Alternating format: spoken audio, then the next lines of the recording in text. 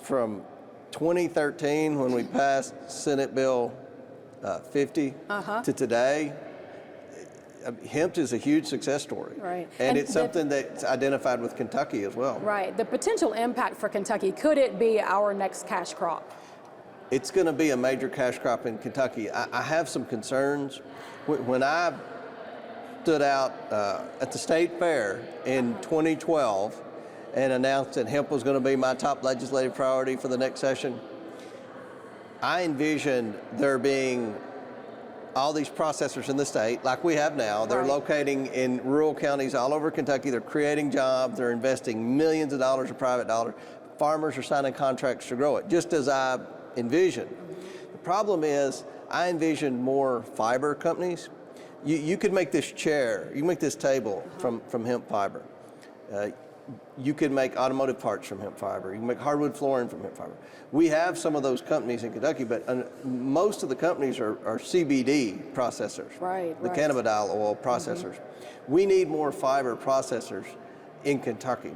And how do you get more fiber processors? Well, you know, if I were in Kentucky and not in Washington, I would be using the Economic Development Cabinet and the Department of Agriculture to aggressively recruit these fiber processors, because we have the growers, and our growers are better than any other state. We have two great universities that are doing research, University of Kentucky, Murray State in my district.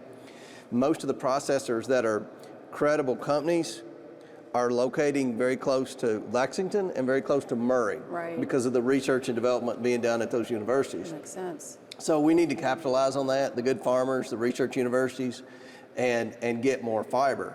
We got an exciting company in Murray that's making hardwood flooring. Really, really good product. In fact, Colin Peterson, the Democrat chairman of the Ag Committee, is going to come to Murray and tour that facility with me.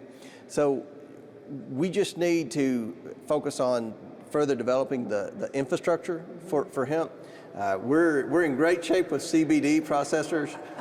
We need more fiber processors. And I'll say this, Murray State's done really good research on using hemp as a livestock feed that I think has a lot of potential because we're the largest beef cattle state east of the Mississippi. So hemp's going to be a major player in Kentucky for a long time, but there are a few potential perils I see in the short term. Well, and I hear a lot of people who are using CBD I use CBD. I do too. Yeah. And for the therapeutic, you know, Absolutely. the little pains and aches as you get older, that's right. And so, you know, you hear a lot of people who maybe have tried a more pharmaceutical approach before or something else saying, but this is working for me. So the consumers in Kentucky certainly are taking advantage of the... And the consumers all over the United States. The drug companies have a bad reputation. And if you look at the opioid problem we have in America, the business model to treat pain did not work very well. Prescribe a opioid, which is a chemical compound comprised in a laboratory from a big pharmaceutical company.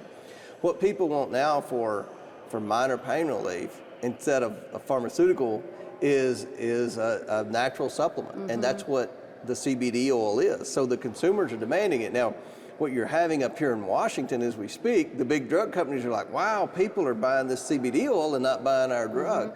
So they're demanding that the FDA regulate it. That's something Senator McConnell and I are working closely on to try to keep the FDA off the backs of the people in the hemp industry. But it's a challenge. Yeah, and there's been some issues about credit card companies, you know, denying. So we're very close to fixing that problem. We've got a bill that I'm a co-sponsor of, the SAFE Act it's called, to try to allow for free financial transactions of not just hemp, but also marijuana. We've teamed up with the marijuana people in the states, Washington, Oregon, California, Colorado, those states where they've legalized marijuana. They're selling marijuana, they've got cash, they're not allowed to deposit the cash. They're not allowed to take credit card transactions at those marijuana stores. So we've worked with them to try to create a system to where you can have financial transactions that aren't illegal.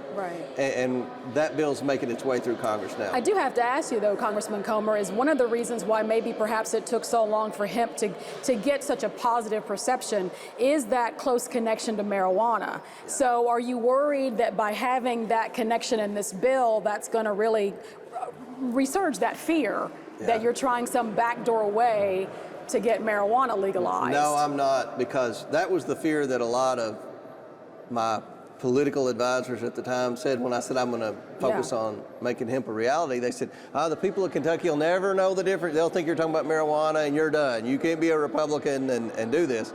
But people in Kentucky are smarter than some people give us credit for. And the people in Kentucky knew the history of hemp. So many of the older demographics who you would think would be opposed to that said, I remember my parents or my grandparents growing hemp.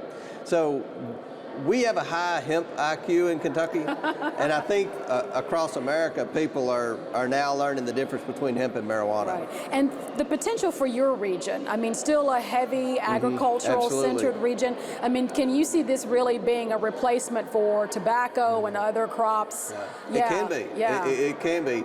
And in Paducah, Paducah is the biggest city in my congressional district. They've landed a pretty significant hemp company there. They're thrilled to death with it. They're wanting to incorporate that in their downtown area where they have tourism. You know, Paducah's an artsy town with their arts district, the Quilt Museum, 2 really impressive performing art centers. You know, hemp's an interesting thing. People want to see hemp being processed. So they're working with this company to try to incorporate that into their art scene. And you have Mayfield and Katie's have located major hemp companies in that area, Murray. So we've made a lot of progress. Hopefully we can get some more hemp companies in the eastern part of my district. The difference in the east and the west, honestly, is Murray State University quickly adapted it. I tried to get Western, our alma mater. Yeah, that's our alma mater. They were very slow to the scene. Well, at least at least the institution in your district responded. Yeah, well, Murray State stepped up to the plate, and it's been great for Murray State. They've recruited hundreds of students there because of their work on hemp, and they have a lot of private sector money coming in to help work with them on research and development. It's been a huge win for Murray. And that's a workforce development issue as well. So it's not just, you know, an agricultural or agribusiness endeavor. It's a workforce issue.